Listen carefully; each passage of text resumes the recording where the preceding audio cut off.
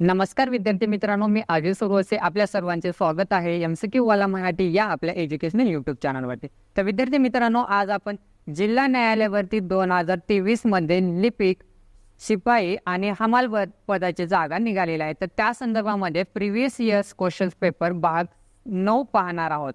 तर विद्यार्थी मित्रांनो, ही जी परीक्षा आहे तर TCS पॅटर्न नुसार काय होणार आहे। तर व्हिडिओला सुरुवात करण्यापूर्वी जे कोणी विद्यार्थी मित्र चॅनलवरती नवीन असतील त्यांनी चॅनलला सबस्क्राईब करा आणि त्याचबरोबर बेल आयकॉनवरती क्लिक करा आणि ऑल नोटिफिकेशन सेट करा, म्हणजे चॅनलचे जे काही नवीन व्हिडिओ असतील त्याची नोटिफिकेशन तुम्हाला मिळत जातील। तर डेली आपलं रोज सकाळी 10 वाजता व्हिडिओ अपलोड होत असतो, ते देखील तुम्ही पाहू शकाल। चला तर मग आपण आजच्या व्हिडिओला सुरुवात करूया। आजच्या व्हिडिओमधला प्रश्न पहिला आहे की खालीलपैकी कोणत्या पुस्तकाचे लेखन रणजित देसाई यांनी काय केलेलं नाही। तर विद्यार्थी मित्रांनो, या प्रश्नाचं योग्य उत्तर आहे पर्याय क्रमांक डी, युगंधर। तर युगंधर या पुस्तकाचे लेखन रणजित देसाई यांनी काय केलेलं नाही। पाहूयात पुढचा प्रश्न, प्रश्न क्रमांक दुसरा, भारतात हरित क्रांतीची सुरुवात कोणत्या वर्षी झाली। तर विद्यार्थी मित्रांनो, या प्रश्नाचं योग्य उत्तर आहे पर्याय क्रमांक सी, 1965 रोजी। तर भारतात हरित क्रांतीची सुरुवात ही 1965 या वर्षी झाली। पाहूयात पुढचा प्रश्न, प्रश्न क्रमांक तिसरा, स्वामी या कादंबरीचे लेखक कोण आहेत। तर विद्यार्थी मित्रांनो, या प्रश्नाचं योग्य उत्तर आहे पर्याय क्रमांक ए, रणजित देसाई। स्वामी या कादंबरीचे लेखक रणजित देसाई हे आहेत। पाहूयात पुढचा प्रश्न, प्रश्न क्रमांक चौथा, रात आंधळे हा आजार कोणत्या जीवनसत्वाच्या अभावी होतो। तर विद्यार्थी मित्रांनो, या प्रश्नाचं योग्य उत्तर आहे पर्याय क्रमांक बी, विटामिन ए। तर रात आंधळे हा आजार विटामिन ए या जीवनसत्वाच्या अभावी होतो। पाहूयात पुढचा प्रश्न, प्रश्न क्रमांक पाचवा, URL याचे पूर्ण रूप काय आहे। तर विद्यार्थी मित्रांनो, या प्रश्नाचं योग्य उत्तर आहे पर्याय क्रमांक डी, युनिफॉर्म रिसोर्स लोकेटर। तर URL याचे पूर्ण रूप युनिफॉर्म रिसोर्स लोकेटर हे आहे।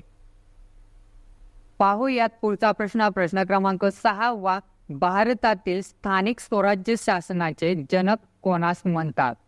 तर विद्यार्थी मित्रांनो, या प्रश्नाचं योग्य उत्तर आहे पर्याय क्रमांक ए, लॉर्ड रिपन। तर भारतातील स्थानिक स्वराज्य शासनाचे जनक लॉर्ड रिपन यांना म्हणतात। पाहूयात पुढचा प्रश्न, प्रश्न क्रमांक सातवा, भारतात राष्ट्रीय स्तरावरील ऊस संशोधन केंद्र हे कोठे आहे। तर विद्यार्थी मित्रांनो, या प्रश्नाचं योग्य उत्तर आहे पर्याय क्रमांक डी, कोयंबतूर। तर भारतात राष्ट्रीय स्तरावरील ऊस संशोधन केंद्र हे कोयंबतूर या ठिकाणी आहे। पाहूयात पुढचा प्रश्न, प्रश्न क्रमांक आठवा, इंडिया विन्स फ्रीडम या पुस्तकाचे लेखक कोण आहेत। तर विद्यार्थी मित्रांनो, या प्रश्नाचं योग्य उत्तर आहे पर्याय क्रमांक सी, मौलाना अब्दुल कलाम आझाद। तर इंडिया विन्स फ्रीडम या पुस्तकाचे लेखक मौलाना अब्दुल कलाम आझाद हे आहेत। पाहूयात पुढचा प्रश्न, प्रश्न क्रमांक 9वा, गोवा राज्याचे उच्च न्यायालय पुढीलपैकी कोठे आहे। तर विद्यार्थी मित्रांनो, या प्रश्नाचं योग्य उत्तर आहे पर्याय क्रमांक डी, मुंबई। तर गोवा या राज्याचे उच्च न्यायालय मुंबई या ठिकाणी आहे। पाहूयात पुढचा प्रश्न, प्रश्न क्रमांक 10वा, सर्वोच्च न्यायालयातील न्यायमूर्तीचे निवृत्तीचे वय किती वर्ष आहे। तर विद्यार्थी मित्रांनो, या प्रश्नाचं योग्य उत्तर आहे पर्याय क्रमांक सी, 65 वर्ष। तर सर्वोच्च न्यायालयातील न्यायमूर्तीचे निवृत्तीचे वय 65 वर्ष आहे। पाहूयात पुढचा प्रश्न, प्रश्न क्रमांक 11वा, भारत सेवक समाज या संस्थेची स्थापना कोणी केली। तर विद्यार्थी मित्रांनो, या प्रश्नाचं योग्य उत्तर आहे पर्याय क्रमांक ए, गोपाळ कृष्ण गोखले।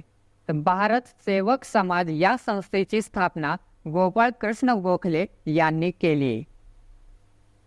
पाहूयात पुढचा प्रश्न, प्रश्न क्रमांक 12वा, कोणत्या वर्षी भारतीय रिझर्व्ह बँकेची स्थापना झाली।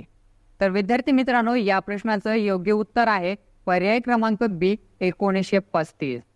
तर 1935 या वर्षी भारतीय रिझर्व्ह बँकेची काय स्थापना झालेली आहे?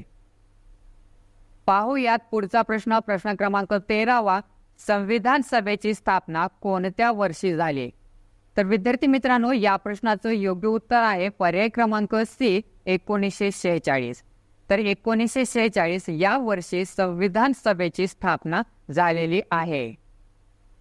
पाहूयात पुढचा प्रश्न. प्रश्न क्रमांक 14वा.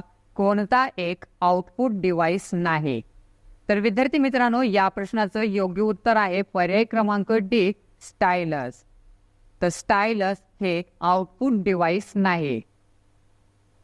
पाहूयात पुढचा प्रश्न. प्रश्न क्रमांक 15वा आणि या व्हिडिओमधला शेवटचा प्रश्न. भारताचे राष्ट्रपती आपल्या पदाचा राजीनामा कोणाकडे देतात? तर विद्यार्थी मित्रांनो, या प्रश्नाचं योग्य उत्तर आहे पर्याय क्रमांक बी, भारताचे उपराष्ट्रपती. तर भारताचे राष्ट्रपती आपल्या पदाचा राजीनामा हे भारताचे उपराष्ट्रपती यांच्याकडे देत असतात. तर विद्यार्थी मित्रांनो, अशाच प्रकारे जिल्हा न्यायालय भरतीचे क्वेश्चन्स पेपर पाहण्यासाठी MCQ वाला मराठी या आपल्या एज्युकेशनल यूट्यूब चॅनलला सबस्क्राईब करा आणि त्याचबरोबर दररोजच्या क्लासेसची महत्त्वाची PDF मिळवण्यासाठी टेलिग्राम चॅनलला सुद्धा जॉईन करू शकता. तर टेलिग्राम चॅनलची लिंक खाली डिस्क्रिप्शन बॉक्समध्ये दिलेली आहे. तर त्यावरती क्लिक करून तुम्ही लगेचच टेलिग्राम चॅनलला जॉईन होऊ शकता. तर या ठिकाणी शेवटी एवढंच सांगतो की व्हिडिओ आवडला असेल तर व्हिडिओला एक लाईक करा आणि तुमचे जे काही मित्रमैत्रीण असतील त्यांना पण हा व्हिडिओ शेअर करा. जर तुम्हाला काही मला सुचवायचं असेल तर बिंदासपणे मला कमेंट बॉक्समध्ये कमेंट करून सांगू शकता. तर ठीक आहे, उद्या भेटू आपण सकाळी 10 वाजता. तोपर्यंत धन्यवाद. जय हिंद, जय महाराष्ट्र.